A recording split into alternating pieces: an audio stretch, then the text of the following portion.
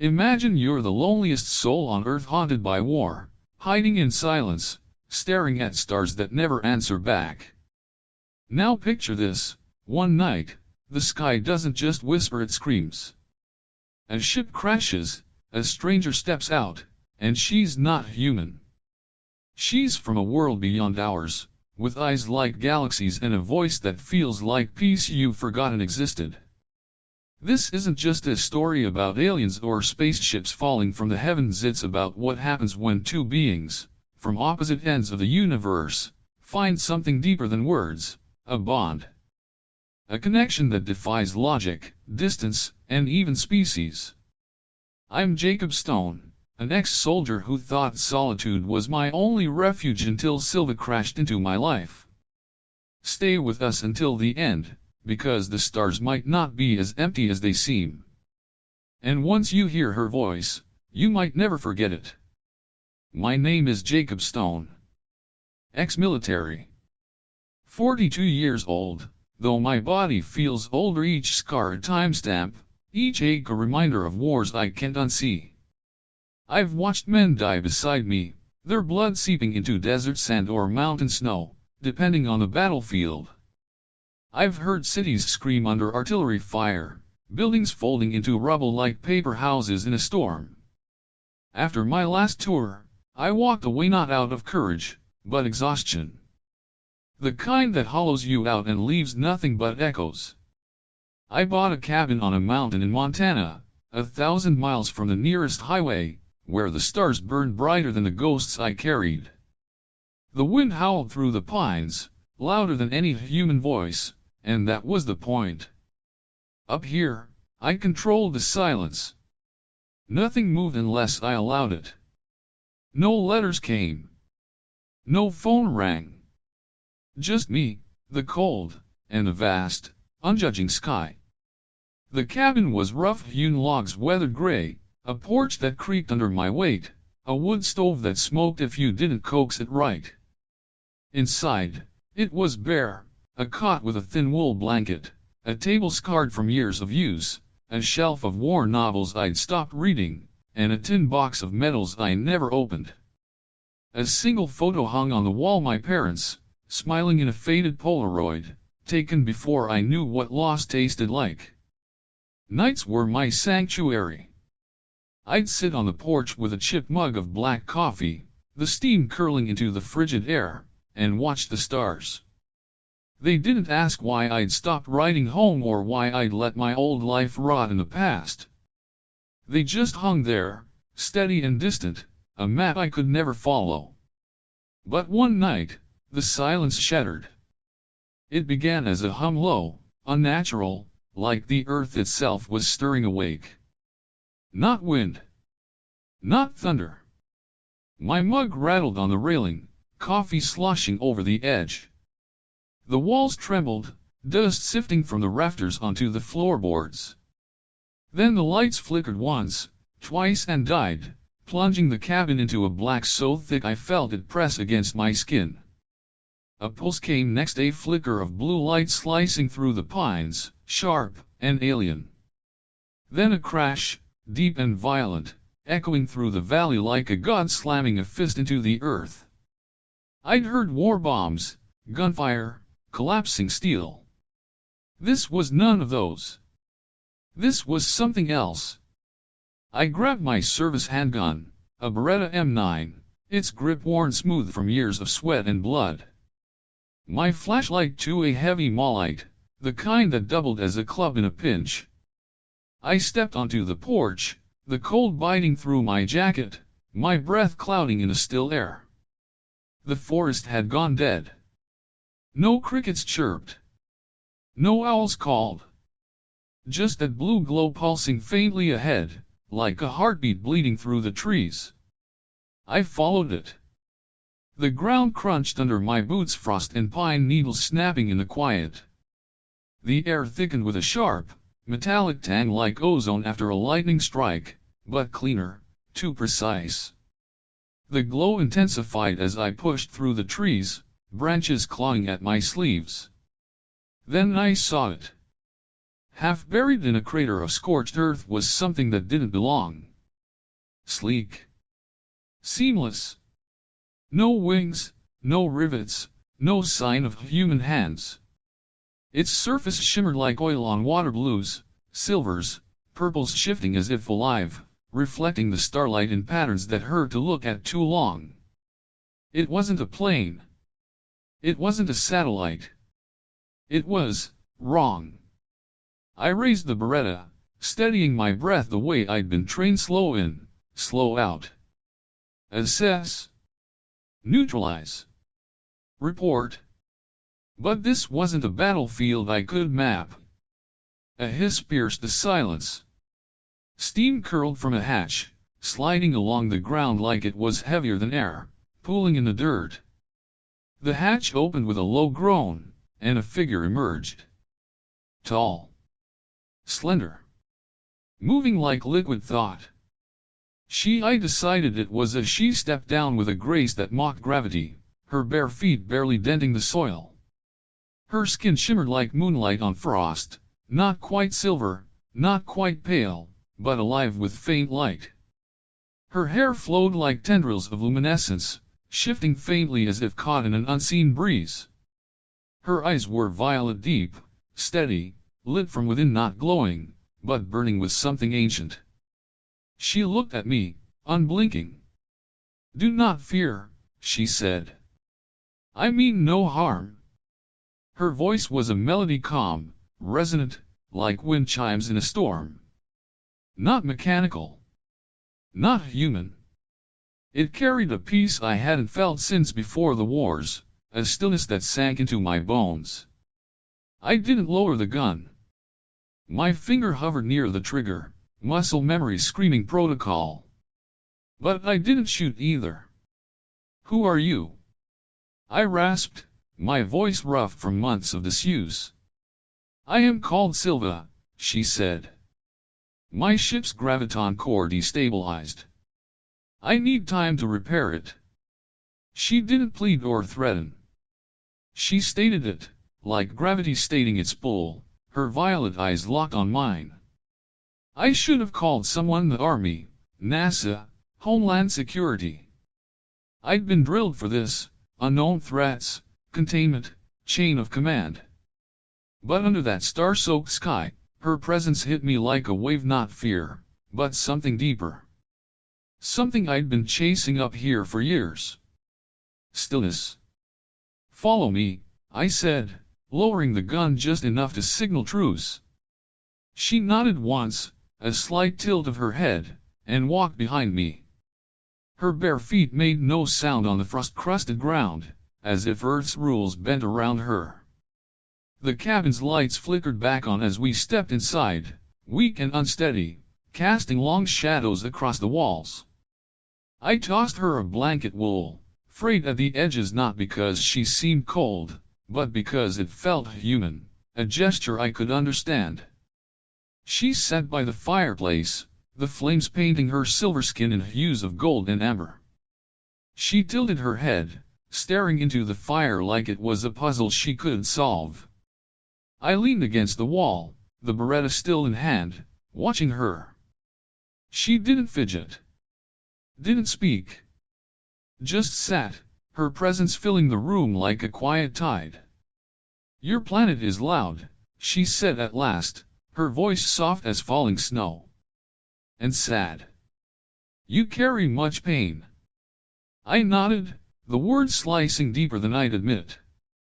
"War does that." She turned those violet eyes on me, steady and unyielding. "My people do not fight. We have no war. No need for silence. We share our emotions always. We do not hide from pain, we feel it together." The words hung there, heavy. I didn't reply. The broken part of me, the part that woke gasping from dreams of gunfire, of screams cut short, ached at the thought. To not be alone in it. To have someone else carry the weight, even for a moment. She rose later, wandering the room with a quiet curiosity. She touched the photo of my parents, her fingers lingering on the glass as if she could feel their faded smiles. She moved to the shelf of war novels, Hemingway, O'Brien, dog-eared from restless nights, running her fingertips over the spines. Then to the tin box of medals, their brass dulled by time, untouched since I'd shoved them away. "You've lost much," she said, not looking at me. "More than I kept," I muttered, my voice barely above a whisper. She turned then, her gaze piercing. "Yet you endure?" I didn't know what to say.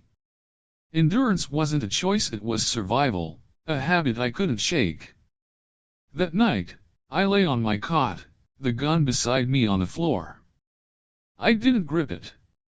For the first time in years, the silence didn't feel like a void, it felt alive, humming with her presence across the room. Morning broke with a strange scent, warm, sweet, smoky, tugging me from a dreamless sleep. I stumbled into the kitchen, bleary-eyed, and froze. Sylva stood at the stove, wearing one of my flannel shirts, the sleeves rolled up over her slender arms. It hung loose on her frame, the red plaid stark against her silver skin. She flipped something golden on the skillet, pancakes, uneven but perfect in their imperfection. Steam curled around her like a halo, her faint glow shimmering in the dawn light filtering through the window. On the counter, she'd arranged maple syrup, a bowl of sliced apples cut with eerie precision, and a spoon balanced at an exact angle, like a still life painting. "I studied your food rituals," she said, turning to me. Her lips curved slightly, not a full smile, but a measured warmth. I wanted to try. I blinked, still processing the sight of an alien cooking in my kitchen. "Where'd you learn that?" "Your books," she said, nodding toward the shelf. "And your memories. They linger in the air here." I sat across from her at the table, the wood creaking under my weight. The pancakes were good, salty, sweet, a little off, like someone who'd read a recipe but didn't grasp Earth's quirks. We ate in silence, the clink of forks against plates the only sound. I hadn't shared a meal with anyone since my squad disbanded 4 years ago, after a mission that left half of us in the ground. Yet here I was, with this being from beyond the stars, filling the room with something I couldn't name, comfort, maybe, or the ghost of it.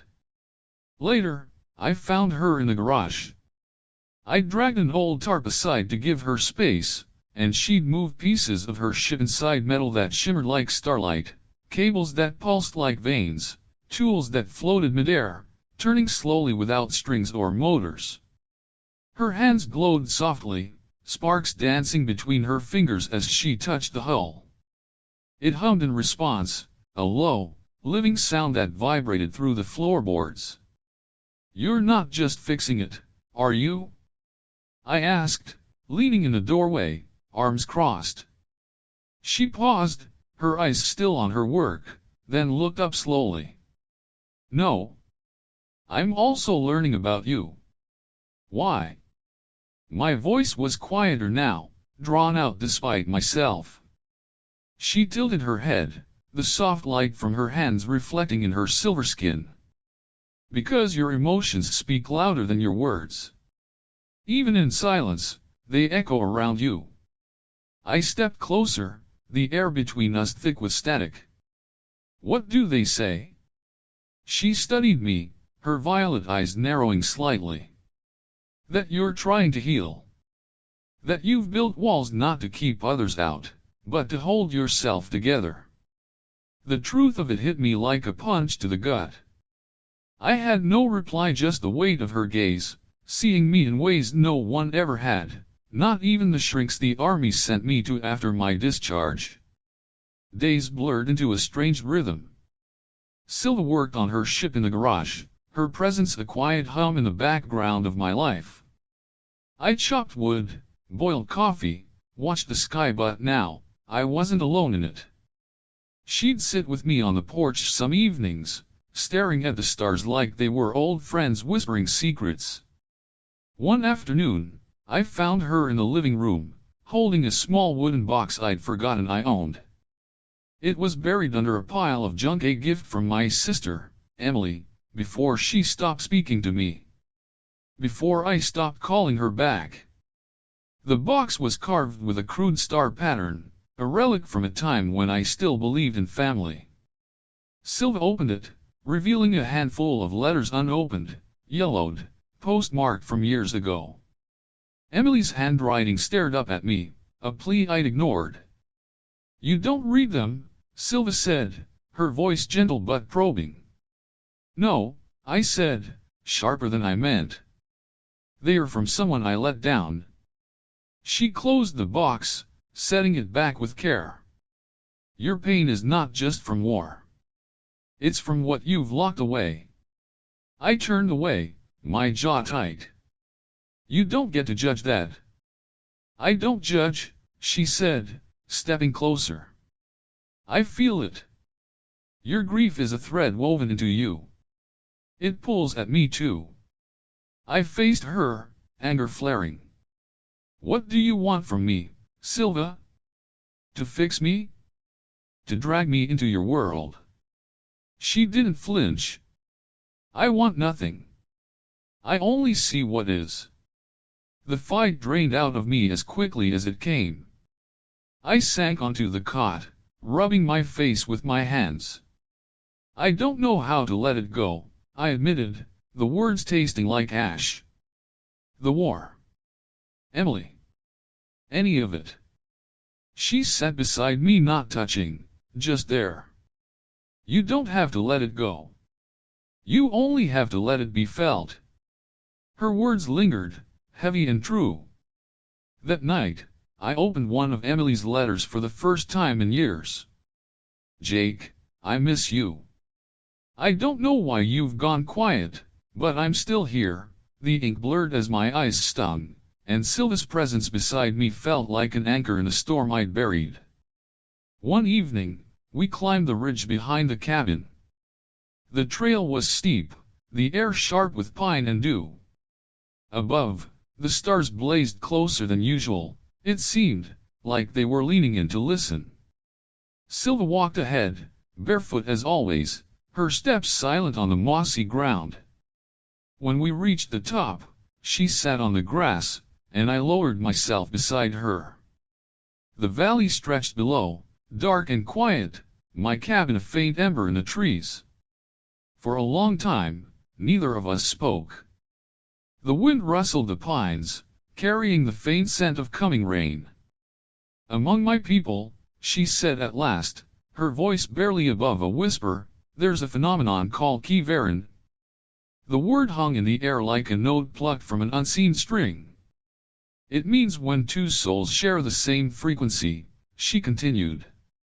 "When they begin to echo each other across time, across worlds." I looked at her, the starlight dancing across her silver skin like water over metal. "Your emotions reached me before your words ever did," she said. "The weight you carry. The ache behind your eyes." Her voice wasn't sad, just calm, like someone explaining the shape of the wind. "Are we bonded?" I asked, my voice low, rough. "Yes," she said. "Not in the way humans think. Not ownership. Not control. A resonance. One that cannot be undone easily." I stared out at the stars, their light suddenly different, listening, alive. "I didn't ask for this." "Nor did I," she replied, unflinching. "We don't choose the bond. It forms when the universe decides two beings are aligned." "So what happens now?" "Nothing," she said. "Or everything. That depends on you." We sat until the cold seeped into my bones, her presence a quiet hum beside me. The silence wasn't empty anymore, it thrummed with her, with us. Days turned into weeks. Sylva's ship took shape in the barn, its glow brighter, its hum steadier. But a shadow grew between us, unspoken but palpable. I'd catch her staring at the sky, her light dimming, her movements slower, like she was carrying a weight I couldn't see. One afternoon, I found her outside the barn, her hands pressed against the hull. The ship pulsed faintly, but her eyes were distant, fixed on the horizon. "What's wrong?" I asked, stepping closer. She didn't answer at first. Then, softly, "My people are calling me back. I feel them faint, but growing stronger." "Calling you?" "My mission," she said. "I was sent to chart this sector of your galaxy. As scout. The crash was an accident, but my time here has an end." A knot tightened in my chest. "When?"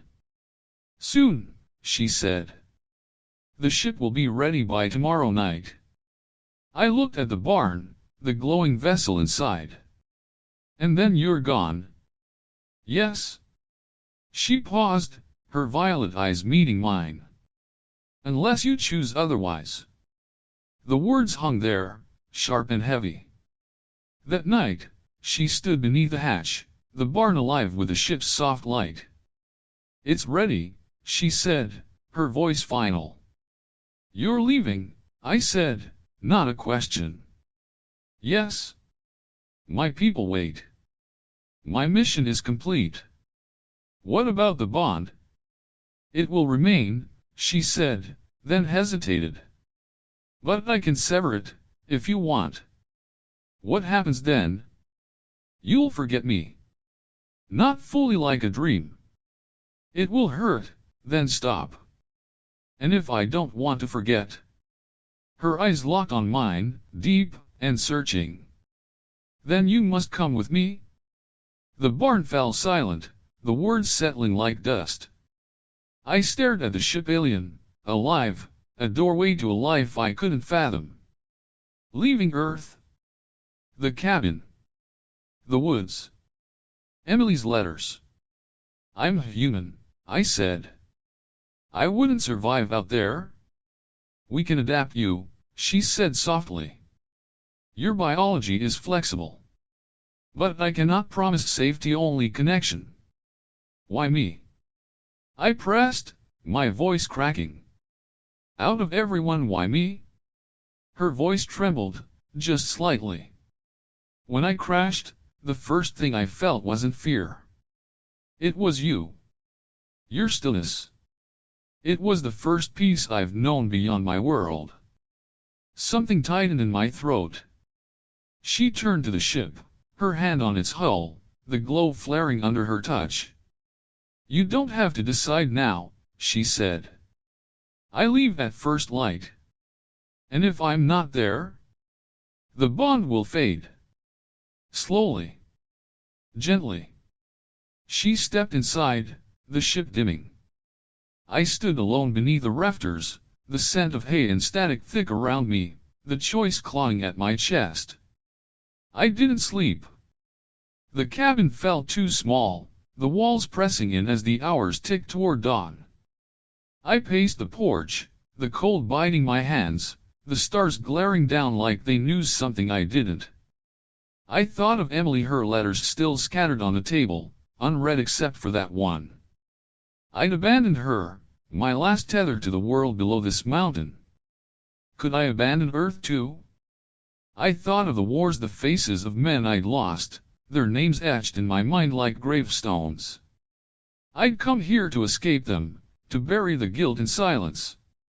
Sylva had cracked that silence open, but what if her world broke me entirely? I sank onto the porch steps, head in my hands. The hum of her ship drifted faintly from the barn, a reminder of the impossible. Then I remembered her voice, calm, steady, cutting through my chaos. The way she'd felt my pain without judgment, shared it without demand. I hadn't just been alone up here, I'd been invisible. Until her. The sky lightened, gold bleeding into the black. I stood, my boots crunching on the gravel, and walked toward the barn. Dawn broke, the mist curling low over the wildflowers, the trees glowing faint gold at their edges. I walked the path to the barn, my heart pounding not from fear, but from the weight of decision. The doors stood open, the ship's glow softer now, almost fading, like it was holding its breath. Sylva stood outside, just beyond the hull, her silver skin shimmering faintly in the sunrise. She watched me approach, calm as ever, but her eyes held something new: anticipation, maybe hope. "Your choice?" she asked, her voice soft as the breeze stirring the grass. I looked past her to the ship, its pull slowing, waiting. "When I left the military," I said, "I thought I was walking away from death. But I didn't realize I'd left life behind too. I've been breathing, eating, existing, but I haven't felt anything in years." She listened, silent, her crest of light rippling faintly. "Then you crashed here," I continued, "and everything shifted. I don't know what's out there, Sylva. I don't know if I can survive it, if I'm built for that kind of journey." I took a breath, the air cool and tasting of pine and coming rain. "But I know what's here. Silence. Emptiness. A cabin full of ghosts. And I know that since you walked in, I haven't felt alone." I stepped closer, my boots sinking into the damp earth. "So yes. Let's find out what this bond means." Her lips parted, not a smile, but a breath of something new, something like dawn itself. She held out her hand. I took it, warm, impossibly warm, like sunlight through silk. We walked toward the ship. I glanced back once at the cabin, small and fading in the trees. My world. Then forward to hers. Space isn't silent. It hums not in sound, but in sensation, a low thrum vibrating through my bones, whispering in a language older than thought. I sit beside Sylva now, inside a vessel that doesn't feel like a machine but a living thing. The walls pulse with dim light, lavender, starlight, shades I can't name shifting like thoughts made visible. The seat molds to me, warm and alive, cradling my body like a memory. There are no windows, but I see everything: projections in the air, in my mind, or both. Stars spin slowly around us, nebulae bloom in colors too bright for human eyes, yet I see them clearly. Her technology translates the cosmos into something I can grasp, something my soul can feel. Her hand rests lightly on my wrist, not for guidance, just connection. "We've left Earth's orbit," she says softly. "You're farther from your world than any human before you?" I nod, my voice quiet in this new silence. "Strange. I thought I'd feel lost. And do you?" I look at her, the shimmer in her skin, the calm in her presence, the echo of something vast and ancient behind her eyes. "No. Not with you here." She closes her eyes briefly, the markings along her temple faint glowing lines shifting like wind across tall grass. "Our bond is no longer forming. It is complete. I feel it too, a resonance deeper than touch, our thoughts brushing fingertips in the dark." Ahead, her planet glows soft blue, veiled in shimmering rings. Shapes move across its skies, cities of light, creatures I can't name, clouds that ripple like water. "Is that home?" I ask. "Not just mine," she says, leaning slightly closer, her voice lower now. "Ours, now." We drift in silence for a long while, no words, just breath, light, motion. My memories of Earth blur at the edges, not gone, but softened. The grief, the war, the silence I thought would last forever, they are still there, but they no longer define me. She reaches out, her fingers brushing the side of my face. "Your heart echoes across space now. I can hear it even when you are silent."